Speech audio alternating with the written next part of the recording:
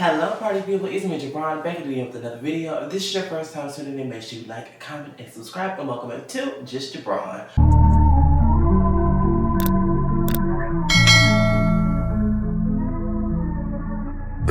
Y'all, we got a lot to talk about.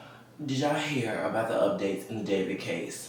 Oh my god. And then did you hear that Megan Thee Stallion and freaking Klay Thompson broke up? And did you hear that Love and Hip Hop is ending? And congratulations to Zoe Kravitz and Harry Styles. So y'all, can we talk? Hold on, I left my mug.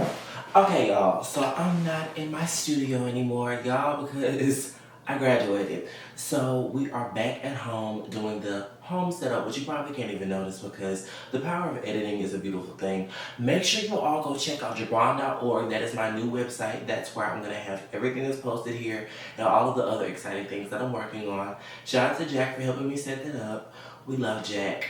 Jack has helped me a lot these last couple of months when it comes to developing the whole JiBron brand. And I can't, go without saying that moving forward.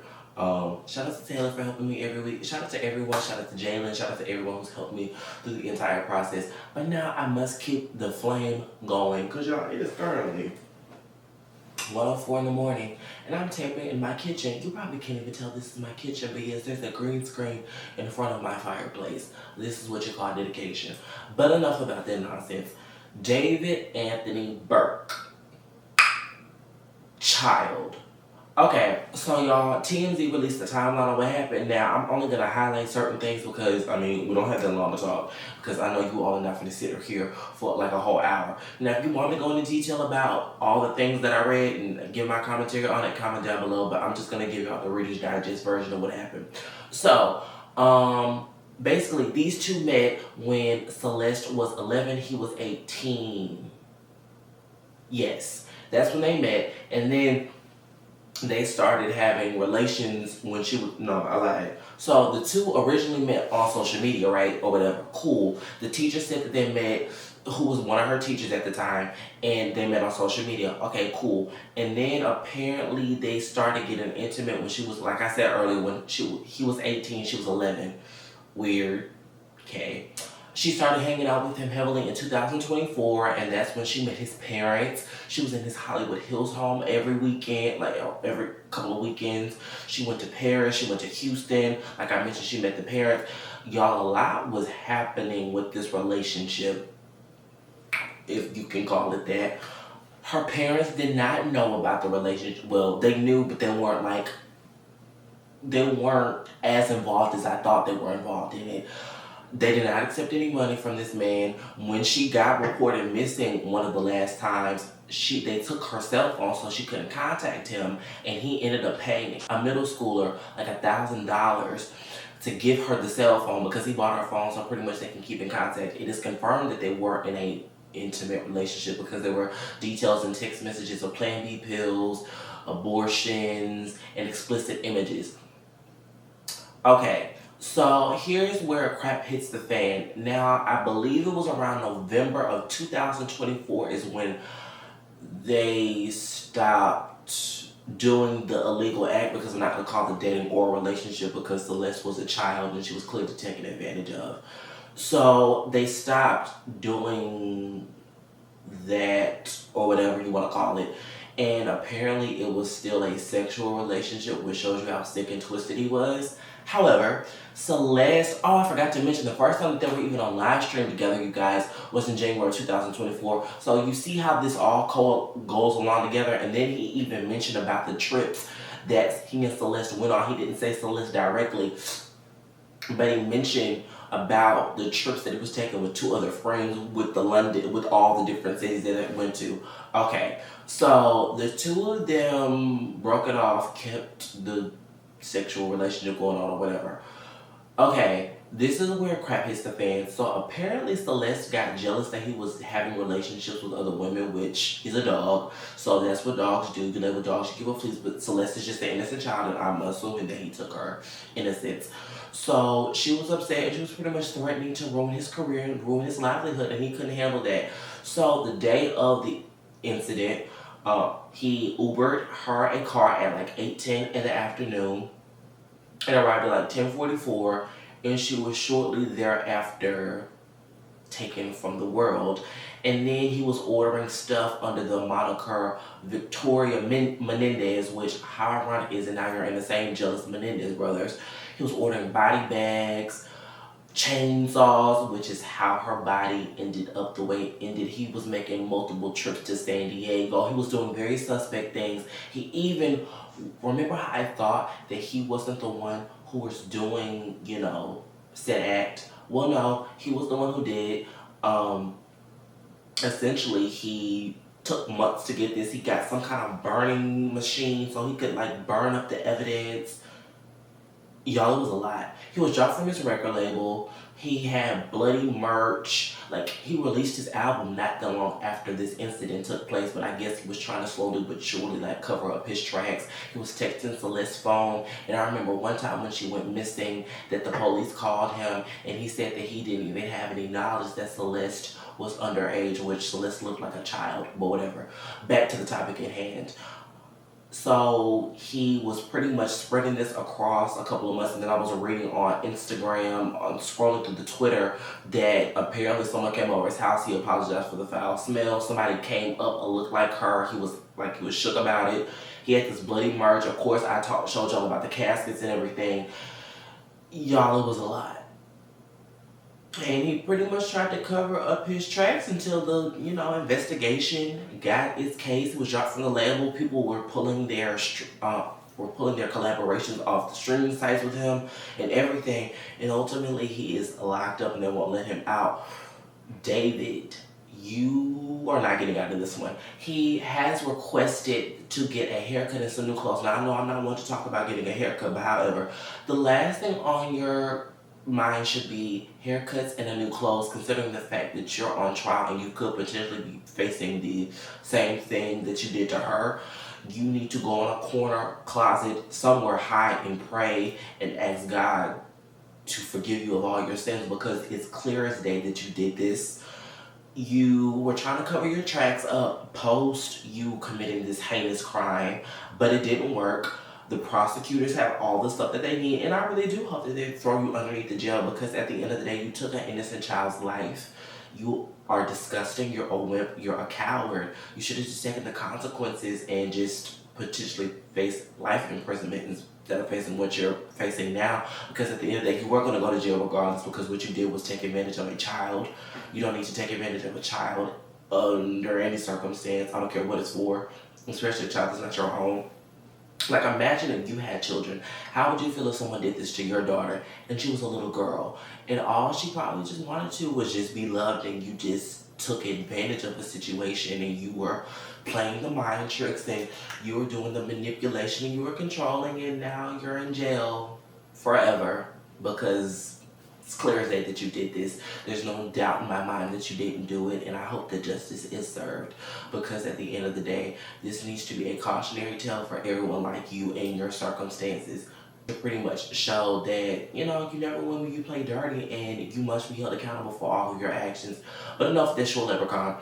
Did y'all hear about the breakup that took over the entire interwebs? Megan Thee Stallion and Klay Thompson broke up. When I tell you I was shocked, because these people that just bought a house. Granted, I don't believe in buying houses before you get married, or at least have some kind of contract drawn up. Anyway, so here's what happened. So Megan went on Instagram and she made the following post. She said, "Cheating, had me around your whole family playing house, got cold feet, holding you down through all the horrible mood swings and treatment towards me during your basketball season. Yeah, now you don't know if you can be monogamous. I need a real break after this one." She also released a statement to People magazine saying, "Trust, fidelity, and respect are non-negotiable for me in a relationship, and when those values are compromised, there's no real path forward. I'm taking this time to prioritize myself and move ahead with peace and clarity." Wow, is all I could say when I saw it. That was a shocker. Nobody was expecting those two to break up. They really seemed like they were a nice, decent couple, and it just goes to show you that you never know what goes on behind closed doors. He probably had a harem of women, And it's not shocking to hear that someone with his career of his stature is acting that way, because you have to think about it. He gets whatever he wants, however he wants it, and he pretty much expects you to snap quick, fast, in a hurry. And you have to think about it. She's also used to that in her career, so of course she's not going to be willing to put up with some of the things that Mary from Nebraska may put up with, versus Megan the Stallion, who is a hot girl, who is, at the top of her game. She's on Broadway. She has #1 hits. She has a song with Beyonce. She has Grammy. She's not your typical average Joe when it comes to girlfriends. And people don't realize certain things like that when they go into relationships. I believe that she did the best thing that she did for her, and I absolutely wholeheartedly agree with it. If you are realizing that you're having problems before you get into a marriage, it's only going to exacerbate once you get married. You never want to go into a marriage or an engagement or rocky foundations, because you're just setting yourself up for failure. It's good that you get out this early, girl, so it's not like you have a baby, a wedding, and then you have to divide up assets and divide up time with the children. It's better that you did this now versus you waiting 5 years and it's too late and now you're almost stuck with him. I am all for choosing your peace over anybody else's, because at the end of the day, if you don't choose your peace, the person who's taking advantage of you will, and they are not going to let up. They're just going to use you to get all they can out of you, and then once they're done with you, they're going to discard you like a used dirty dish rag. And then what are you going to do? Klay, this isn't a good look for you, but you'll get over it. You'll find another. There's some girl who wants to date a multi-million-dollar baller. And Meg, you'll find another baller. You'll find another somebody, because you're a hot girl. I'm not really worried about them, but I will just say this was shocking, because they just seem like a picturesque couple. Obviously, you don't know people's struggles, but I mean, you saw them on Thanksgiving. You saw her whipping it up for his mom and his dad. Meg's mother is deceased. And, she really tried to make a home with him, and she tried to build a life with him. But, sometimes things aren't just happily ever after. They're just happily not. So, that just was a complete and total shocker. Y'all, did y'all hear that Love and Hip Hop is finally being canceled after 15 years? After all the beer throwing, after all the climbing across tables, after all of beating each other up to smithereens, it's finally being canceled. Now they're claiming that it's not being canceled due to ratings. They just claim that reality TV is changing. Absolutely. When you have Zeus Network with baddies, and then you have Housewives of Atlanta, the middle ground is no longer needed. You have to think about it. If you want to see ratchet, ridiculous TV, go subscribe to Zeus, and you can literally see someone beat the daylights out of somebody, which, no offense, every time I'm trying to watch, what is it called, Baddies, I feel like I lose brain cells, because that show is just beyond idiotic. And to each his own, I don't judge people who watch it, but that's just not my judge. There's a lot of people who don't watch Housewives of Atlanta, which I have been obsessed with. I love this new season. But, I mean, if I wanted to see somebody, run across the table and throw some drinks, I mean, that's just getting so played out and watered down. The shock value on this show is completely gone. And I think now they only have 2 franchises, which would be the Atlanta franchise and the Miami franchise. So apparently what's going to happen is next year they're going to have a 6-part limited series discussing all the highlights, the lowlights, and all the in-betweens, what went on with the last 15 years. All franchises will be included, and I think this is Mona Scott's farewell when it comes to ratchet and ridiculous television. I don't even think Mona Scott was producing Miami at this point. I think it had a good run. Nobody cares anymore. It's the same tied into storylines. Now everyone has to go get real jobs and actually sell records and not be stuck on this show. I don't know what some of you all are going to do for money or employment, because clearly, it's clear as day that you've been depending on these Mona Scott checks, and these Mona Scott checks are clearly going to stop because you people don't get residuals. So, it is what it is. I wish you all nothing but the best of luck in life, and I hope you all quit beating the crap out of each other like it's going out of style. And the last thing I want to talk about, y'all, is Zoe Kravitz and Harry Styles' engagement. So get this, y'all. They apparently got engaged, I think it was around April 27th. And they got engaged to our close friends and family. So her ring is estimated to be worth $500,000, and it's either between 6 to 9 carats. Which, you know what, love is love. I'm happy for all the people. Harry Styles, you keep a low radar. Zoe Kravitz, you keep a low radar. Granted, I think that's due to your daddy Lenny Kravitz, because I mean, no offense, all of y'all pretty much keep low radars. I'm happy for them. I love love. We all know the things. Now, y'all, for the last thing when it comes to final thoughts and when it talks about relationships and prioritizing yourself. Now, I know that a lot of you out there, like me, struggle with prioritizing yourself, but let me tell you something this from learning from this Megan Thee Stallion situation. If you don't value yourself, the people around you will not value you as much. It took me a long time to learn that my worth transcends how people view me. It's how I view myself. And if you don't view yourself in a high rank or regard, you settle for stuff. I mean, we all know what happened with me and Pepe the Frog. Like, you settle for stuff that normally you no longer will because you just have low self-esteem.